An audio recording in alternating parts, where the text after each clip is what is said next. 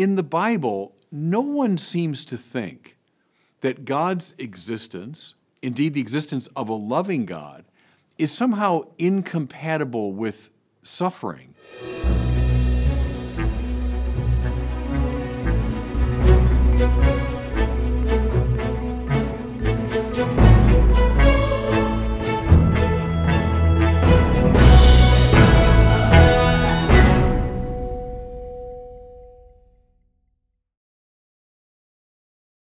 Premier Christian Radio in the UK just did a survey about religious attitudes in the wake of COVID, and I found it kind of interesting. They came to a number of conclusions, but the one that got my attention was 67% of people that call themselves religious said that their belief in God was challenged by the COVID emergency, by this time of suffering.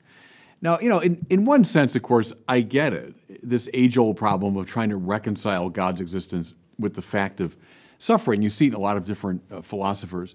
I would say in every debate I've ever had with atheists, agnostics, and naturalists, this will come to the fore. And well, how can you believe in a God of love if there's so much suffering in nature and in human experience, et cetera? So, of course, in one sense, I get it. God and the Holocaust, God and pandemics, God and tsunamis. How do you reconcile them? But here's what I want to share today, because I think we don't emphasize this enough. In a way, this problem is anomalous. We might understand it coming out of a philosophical perspective, but it really is not a biblically informed perspective. What I mean is, in the Bible, no one seems to think that God's existence, indeed the existence of a loving God, is somehow incompatible with suffering, even innocent suffering. Nobody in the Bible says, well, this is an insurmountable philosophical difficulty. No, it's more or less taken for granted that God's loving existence is compatible with suffering. Now, examples abound. In fact, it's almost impossible to find a counterexample. Noah, whom God clearly loves, but Noah goes through the incomparably difficult ordeal of the flood. Think of Abraham, God's very specially favored son, and yet Abraham is called upon by God to make this horrific sacrifice. Now, God stops him at the last second, but he calls upon him to make the sacrifice of his own son. Think of Moses, whom God clearly loves, and the terrible sufferings and ordeals that Moses has to go through. And then at the end of his life, Moses is refused access to the promised land. Think of David, the sweet singer of the house of Israel, a man after God's own heart. And yet David is punished in all sorts of ways and has to go through terrible sufferings. Most broadly speaking, Israel, God's chosen people, the apple of his eye. Israel, the priestly nation, the people set apart, the ones whom God specially loves. Israel goes through terrible sufferings, exile and deprivation and slavery. You see my point? And, from a Christian standpoint, all this culminating in the only begotten Son of God, who at the end of his life endures the horrific suffering of the cross. The point is, from beginning to end of the Bible, you don't have a great philosophical dilemma between how could God exist and there be evil. In fact, it's kind of taken for granted. Now, do the biblical authors propose some, rationale for this? Yeah, at times. Sometimes they'll suggest that we suffer as a result of sin. Maybe God allowing us to feel the effects of our sin. Indeed, the prophets will see it as punishment for sin. Other times, suffering might be seen as a way of, purging a person or moving them to a deeper place in the spiritual order as a kind of purification. Sure.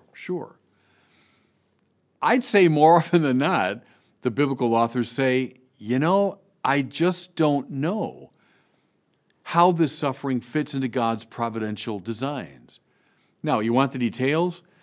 Go to one of the most powerful books in the Old Testament, the book of Job, which is all about this theme. Job going through terrific suffering. Job, who again, especially favored, adept of God, a devotee of God, loved by God, yet goes through terrible suffering. When Job calls God into the dock, what does God say? But, Job, where were you when I made the heavens and the earth? Where were you? You know? In other words, I don't know. I don't know how this fits into God's providential plan. But here's the interesting thing. Job doesn't think for a second that his suffering somehow disproves the existence of God or disproves the love of God. What Job does do is he laments. He does indeed complain. But see, mind you, he laments precisely to the loving God of Israel. He brings his complaint precisely before God. He's not stuck on the horns of a philosophical dilemma. Either God exists or there's no suffering. No. He laments to the God of love, whose ways and purposes he just doesn't understand. Now, go back to what I said at the very beginning. I get the philosophical problem. It comes up all the time. I get naturalists and atheists today who bring this up. But I wonder if part of the blame has to be placed on us religious people, on us religious teachers who've been particularly bad at presenting the God of the Bible. I mean, maybe to a philosophical conception of God, this poses an enormous, insuperable problem. But the God of the Bible, I don't think this poses an insuperable difficulty. It's more or less taken for granted.